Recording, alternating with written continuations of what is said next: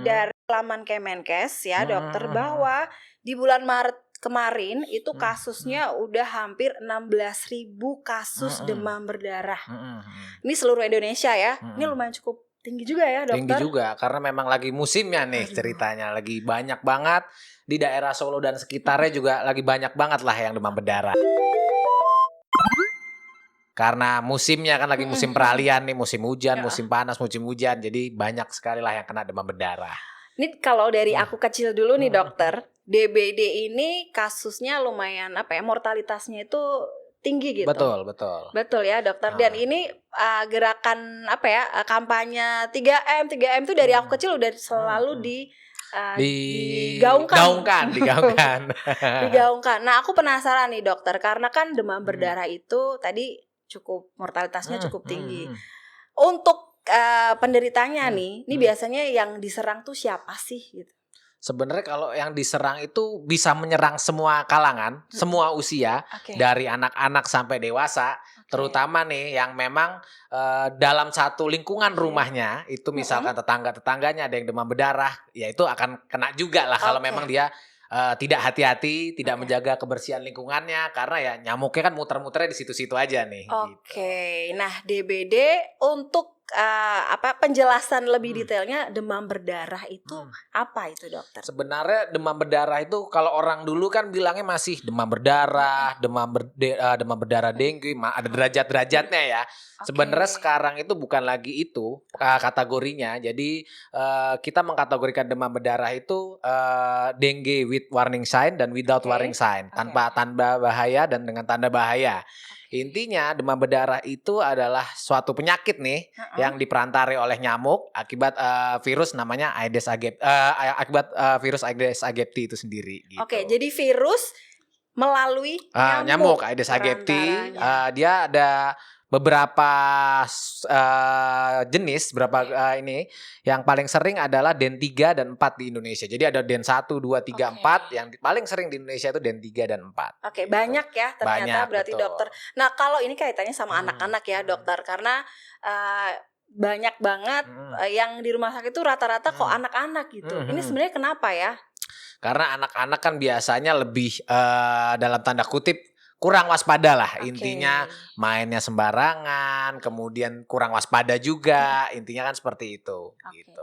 Kalau untuk gejalanya antara anak-anak dan juga dewasa, ini kan sebenarnya sama aja ya, resikonya mungkin sama. Tapi kalau gejalanya sama nggak dokter? Sebenarnya kalau gejalanya juga sama aja. Intinya kita menyebut seseorang itu probable demam berdarah atau probable dengue itu apabila yang pertama tentunya dia tinggal di daerah endemis. Jadi di daerah Solo sekitarnya ini udah endemis, ceritanya udah banyak yang demam berdarah lah intinya. Yang kedua adalah jika ditemukan demam. Nah, demam tinggi, panas betul, disertai dengan gejala-gejala bisa nyeri sendi, mual muntah, kemudian ada juga tanda-tanda perdarahan, misalkan ada kayak mimisan, gusi berdarah atau bintik-bintik kemerahan. Kemudian kalau kita periksa lab ada trombositnya turun, leukositnya juga ikut turun biasanya gitu. Nah kira-kira dokter untuk gejala tadi ya kan kayaknya tuh hampir mirip lah ya dengan gejala-gejala penyakit yang lain. Untuk identiknya itu bisa nggak sih dibedakan? Sebenarnya memang agak susah ya kalau kita kan seringnya bilangnya dengan gejalanya mirip-mirip gejala batuk pilek juga gejalanya kan hampir sama seperti itu ya. Tipes tuh hampir sama nggak dokter? Kenapa? Tipes. Kalau tipes mungkin agak beda karena tipes itu biasanya demamnya lama nih, bisa sampai 7 sampai 10 hari. Kemudian ada gejala saluran cerna kalau tipes, ada mencret, nyeri perut dan lain-lain. Kalau demam berdarah itu demamnya biasanya tinggi mendadak selama 3 hari nih. Jadi selama 3 hari demam, kemudian demamnya turun di hari keempat sampai hari keenam itu labnya dari trombosit sama leukositnya turun juga. Intinya seperti itu gitu. Berarti harus ditegakkan dengan cek lab. Betul. Kalau untuk perawatannya gimana nih dokter? Sebenarnya demam berdarah itu untuk perawatannya kalau berdasarkan literatur itu sebetulnya apakah anak demam berdarah itu wajib dirawat inap? Sebetulnya enggak. Selama dia tidak ada tanda-tanda bahaya, maksudnya yang tadi warning sign. Tanda warning sign itu apa aja? muntah terus menerus, nyeri perut hebat, anaknya semakin lemes, nggak mau makan minum sama sekali. Kemudian disertai dengan adanya tanda pembesaran hati. Pembesaran hati biasanya kita ukur lebih dari 2 cm. Kemudian ada tanda perdarahan mukosa, ada mimisan kah, gusi berdarah kah, atau BAB-nya berdarah kah. Itu tanda bahayanya. Kalau memang ditemukan tanda bahaya, memang wajib rawat inap ya. Kemudian tanda bahaya lainnya adalah trombositnya yang turun secara drastis dan hematokritnya yang meningkat secara drastis. Itu tanda bahaya. Kalau itu memang wajib dirawat inap. Tapi kalau memang dia tidak ada tanda itu tadi yang saya sebutkan, itu sebenarnya bisa rawat jalan kok. Maksudnya nggak harus rawat inap selama dia, kalau dari literatur anak dewasa itu minumnya kurang lebih paling nggak 5 gelas per hari. Kemudian istirahat yang cukup, makan minum yang banyak, kemudian sama kalau demam ya diberikan obat penurun panas. Intinya sih seperti itu aja sambil kita evaluasi perharinya, termasuk tadi labnya juga. Gitu. Jadi tetap harus dikontrol juga. Betul. Tapi ya meskipun rawat jalan. Nah kalau untuk ini aku mau tanya nih dokter mengenai konsumsi jus jambu. Dulu waktu temanku demam berdarah gitu ya dokter, selalu ayo kita bawa oleh-olehnya jus jambu. Itu sebenarnya bisa gak sih? Sebenarnya gini, itu kan mitos yang masih beredar di masyarakat kita sebetulnya. Ada minum jus jambu, ada minum madu apa gitu. Pokoknya ada juga saya agak itu gitu. Madu-madu kayak gitu. Sebenarnya tidak ada kaitannya, tidak ada hubungannya. Yang penting minum tadi yang banyak.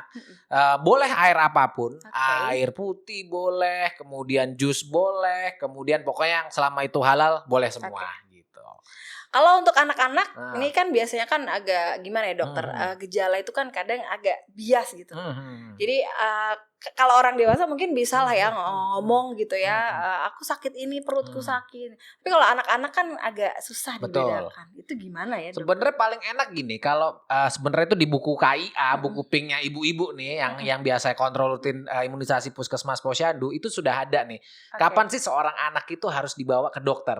Jika demam lebih dari sama dengan 3 hari itu udah harus dibawa ke dokter. Untuk batas demamnya di angka berapa dokter? Sebenarnya disebut demam itu jika suhunya gini, kita sebut suhu normal tubuh manusia mau dari anak-anak sampai dewasa itu 36,5 sampai dengan 37,5 derajat Celcius.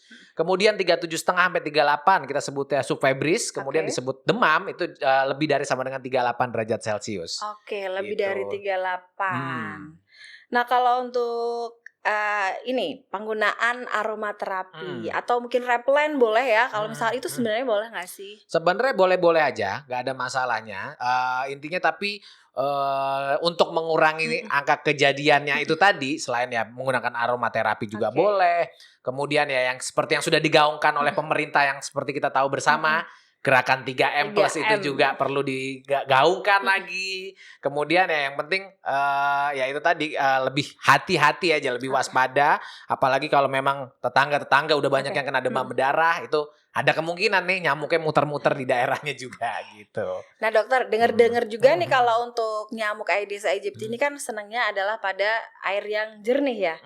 Ternyata berarti kita harus benar-benar kontrol kebersihan banget. Sebenarnya iya, makanya ada gerakan 3M plus kan itu salah satunya membersihkan dan menutup bak mandi, bak air dan tempat-tempat yang menggenang. Ya intinya sih memang harus semuanya memang jaga kebersihannya, intinya seperti itu. Nah kalau dari vaksin nih dokter, ada nggak sih vaksin untuk mencegah DBD? Sebenarnya ada, dan vaksin untuk mencegah DBD yang terbaru itu boleh diberikan sejak usia 6 tahun. Nanti boosternya 3 bulan kemudian. Itu boleh diberikan usia 6 tahun sampai dengan 45 tahun. Jadi ya bapak-bapak atau ibu-ibunya yang masih mau menggunakan vaksin demam berdarah juga masih bisa tentunya. Berarti bukan hanya anak-anak aja ya? Bukan anak-anak aja. Tuh ya. Jadi ini mungkin bisa jadi salah satu resiko, meminimalisir resiko. Betul. Jadi memang selain ya kalau vaksin aja kan kita ya namanya ikhtiar ya, namanya usaha. Selain 3M plus, tentunya imunisasi, ya semuanya memang harus mendukung lah, intinya seperti itu. Nah ini terakhir dokter, mengenai dampak dari DBD terhadap perkembangan anak.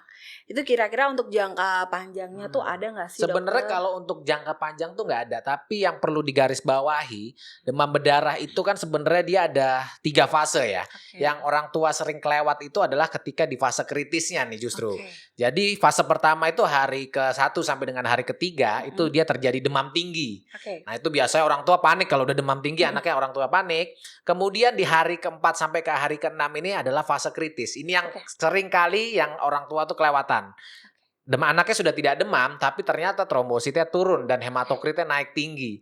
Nah itu biasanya orang tua, wah anakku udah sehat nih, udah nggak ada demam, udah sembuh. Intinya seperti itu. Padahal di situ terjadi kebocoran plasmanya dia, sehingga anak rentan dehidrasi sampai shock. Nah ini yang sering kali menyebabkan kematian pada kasus-kasus demam berdarah. Jadi justru ketika anaknya udah nggak demam, itulah yang orang tua harus waspada. Karena di fase itu trombositnya turun-turun terus, hematokritnya naik kayak gitu. Terus nanti di hari ke-7, hari ke-8, kalau ini udah boleh seneng nih orang tua. Biasanya trombositnya berangsung naik. Tadi yang tadinya plasmanya bocor itu sudah kembali tidak bocor lagi. Intinya sudah mulai seneng lah orang tua kalau udah ini udah boleh senang. Tapi kalau di hari ke-4 sampai ke-6 masih harus zikiran terus ceritanya kayak gitu. Oke ya, jadi memang ini harus benar-benar diwaspadai. Betul. Dari awal harus benar-benar dikontrol. Betul. Gitu ya dokter.